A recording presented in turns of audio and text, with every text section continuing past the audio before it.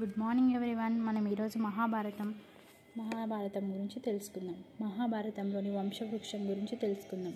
First బ్రహ్మ కుమారుడు కుషుడు కుమారుడు కుశునాభుడు, కుశునాభుడు కుమారుడు గాది కుమారుడు విశ్వామిత్రుడు. ఒక సమయంలో విశ్వామిత్రుడు చాలా కాలం రాజ్యం చేశాడు. ఒకరోజు సైన్యంతో వేటకు వెళ్ళి అలసి వశిష్ఠ మహర్షి ఆశ్రమంలో సేద తీరుతాడు. వశిష్ఠుడు తన హోమధేనువు కామధేనువు సంతతి చెందిన అయిన సబల అనే ఆవును పిలిచి, కామధేనువు సంతతి సబల అనే ఆవును పిలిచి రాజుగారికి తగిన విధంగా పదార్థాలన్నీ తయారు చేయమంటాడు. రాజుగారు సంతుష్టులవుతారు. అవన్నీ విందు భోజనాలు, వాళ్ళకి కావలసినవన్నీ ఏర్పాటు చేస్తుంది సబల అనే ఆవు.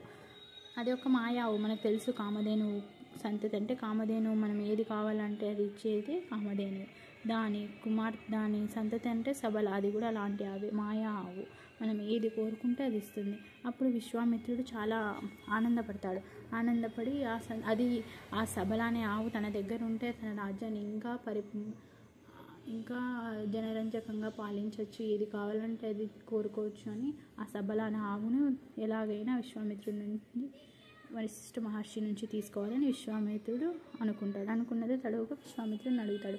నాకు ఈ ఆవుని ఇచ్చేయండి, దీనికి బదులు మీకు చాలా ఆవులు, కొన్ని లక్షల ఆవులు, ఏనుగులను, బంగారు రథాలు, గుర్రాలు, కావలసినంత బంగారం, వెండి ఇస్తానని అంటాడు. వీటిని వశిష్ఠ మహర్షి నిరాకరించి, ఎందుకంటే విశ్వామిత్రుడు రాజు, విశ్వామిత్రుడి దగ్గర నేను ఇవ్వను అట్లా ఇంకేమైనా ఎక్కువ మాట్లాడితే మనకు తెలిసింది కదా, రాజులు ఆజ్ఞాపిస్తారు, మరణదండన శిక్ష విధించవచ్చు, ఏమైనా చేయొచ్చు. అందుకని మన వశిష్ఠ మహర్షి ఏమి చేయలేక నిరాకరించి మౌనం వహిస్తాడు, ఏమీ ఆన్సర్ చెయ్యడు. అప్పుడు మన విశ్వామిత్రునికి కోపం వస్తుంది. వశిష్ఠుడి పైన కోపం వచ్చి దాడి చేస్తాడు. వశిష్ఠుడు కోపంతో తన సైన్యాన్ని చెల్లాచెదురు చేస్తాడు.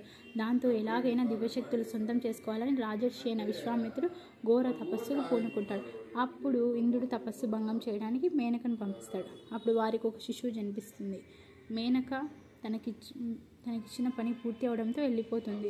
విశ్వామిత్రుడు ఇంద్రుడు మాయాన్ని గ్రహించి తపస్సుకు వెళ్ళిపోతాడు. ఆ పసిబిడ్డ ఏడుపును శకుంతలము పక్షులు వాటి రెక్కలతో నీడలను కల్పిస్తాయి. ఆ దారిలో వెళ్తున్న కణ్వ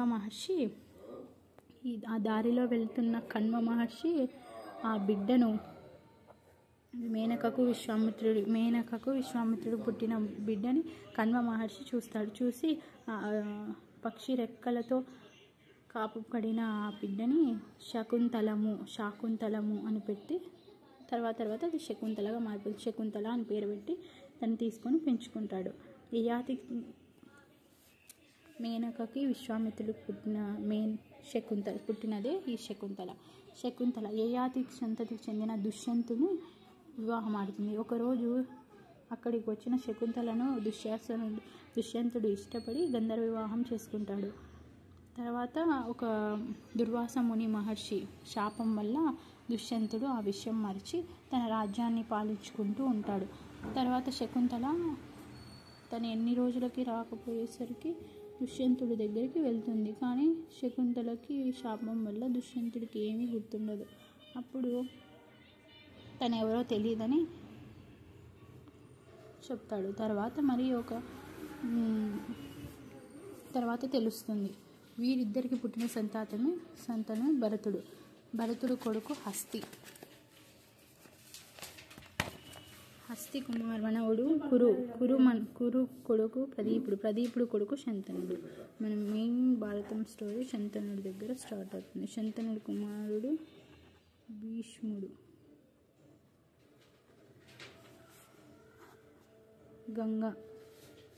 గంగతో తర్వాత శంతనుడికి ఇంకొక భార్య సత్యవతికి ఇద్దరు కుమారులు, చిత్రాంగుడు, విచిత్రవీర్యుడు.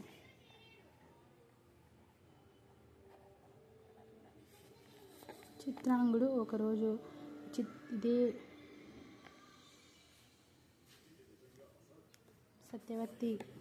సత్యవతి గురించి శంతనుడి గురించి మరో స్టోరీ ఉంది. ఆ స్టోరీ నెక్స్ట్ వీడియోలో చూద్దాం. Thank you. Please subscribe and like.